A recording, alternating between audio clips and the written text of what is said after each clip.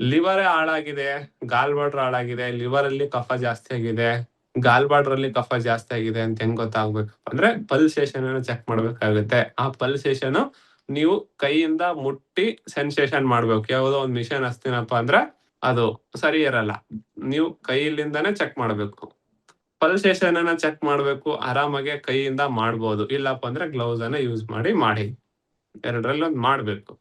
ಸರಿನಾ? ಈ ಪಲ್ಸೇಷನ್ ಅನ್ನ ಹೆಂಗೆ ನೋಟಿಸ್ ಮಾಡ್ಬೇಕಪ್ಪ ಅಂತಂದ್ರೆ ಮಿಡಲ್ ಪಲ್ಸ್ ಇರುತ್ತಲ್ವಾ, ಮಿಡಲ್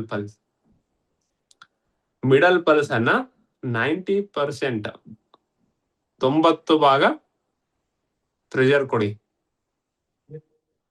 90 ಭಾಗ ಪ್ರೆಷರ್ ಕೊಡಿ, 30 ಭಾಗ ರಿಲೀಸ್ ಮಾಡಿ. ನೋಡಿ ಇಲ್ಲಿ ಗೊತ್ತಾಗಲ್ಲ ಅಂದ್ರೆ ಇಲ್ಲಿ ಹೇಳ್ತೀನಿ. ಇದು ಪಲ್ಸೇಷನ್ ಅಂತ ತಿಳ್ಕೊಳ್ಳಿ, ಲಿವರ್ ಪಲ್ಸೇಷನ್. ಇದನ್ನ ಏನ್ ಮಾಡ್ಬೇಕಪ್ಪ ಅಂದ್ರೆ 90% ಪ್ರೆಸ್ ಕೊಡ್ಬೇಕು, ಒತ್ತಬೇಕು. ಒತ್ತಿ 30% ಬಿಡ್ಬೇಕು. ಬಿಟ್ಟಾಗ ಡೀಪರ್ ಪಲ್ಸ್ ನಿಮಗೆ ನೋಟಿಸ್ ಆಗುತ್ತೆ. ನೋಟಿಸ್ ಮಾಡಿದ್ರಾ? ಮಾಡ್ಕೊಳ್ಳಿ. ಯಾಕಂದ್ರೆ ಇದು ನೀವು ತಿಳ್ಕೊಂಡ್ರೆ ಪಲ್ಸೇಷನ್ ಗೊತ್ತಾಗೋದು. ನೀವು ಯಾವ್ದೋ ಒಂದು ಮಿಷಿನ್ ಚೆಕ್ ಮಾಡ್ತೀನಿ ಅಂದ್ರೆ ಅದಾಗೋದಿಲ್ಲ, ಕೈಲಿಂದನೇ ಚೆಕ್ ಮಾಡ್ಬೇಕು.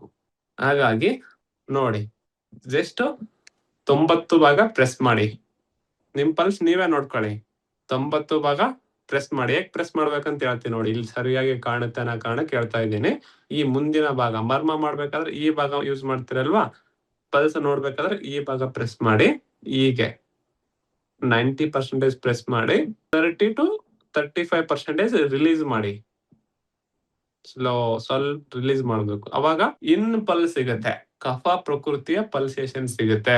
ಕಫ ಪ್ರಕೃತಿಯ ಪಲ್ಸೇಷನ್. ನೀವು ನಾಳೆ ಕಫ ಪ್ರಕೃತಿಯ ಆರ್ಗನ್ ಗಳನ್ನ ನೀವು ಟ್ರೀಟ್ಮೆಂಟ್ ಮಾಡ್ಬೇಕು, ಆರ್ಗನ್ ಪಲ್ಸೇಷನ್ ಅನ್ನ ತಿಳ್ಕೋಬೇಕು ಅಂತಂದ್ರೆ ಇದೇ ತರನೇ ಪ್ರೆಸ್ ಮಾಡ್ಬೇಕಾಗತ್ತೆ.